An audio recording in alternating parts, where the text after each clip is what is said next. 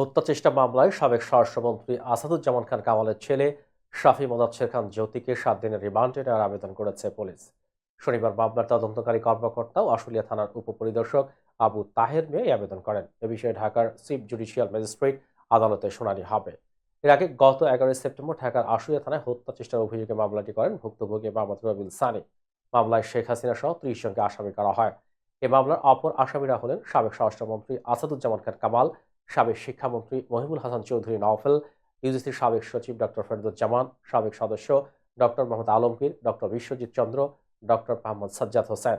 ছাত্র জনতার অভ্যুত্থানের মুখে গত ৫ আগস্ট পদত্যাগ করে দেশ ছাড়ার পর থেকেই সাবেক স্বরাষ্ট্রমন্ত্রী আসাদুজ্জামান খান ও স্ত্রী লুৎফুল তাহমিনা খান ও তাদের ছেলে শাফি মোদাচ্ছির খান পলাতক ছিলেন।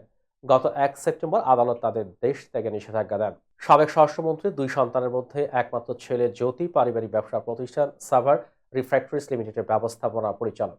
সাভারে গণহত্যার ঘটনায় গ্রেপ্তার জ্যোতির বিরুদ্ধে পুলিশের পদোন্নতি, বদলি, টেন্ডার বাণিজ্য থেকে শুরু করে নির্বাচন কমিশনের নিম্নমানের সামগ্রী সরবরাহের গুরুতর অভিযোগ রয়েছে।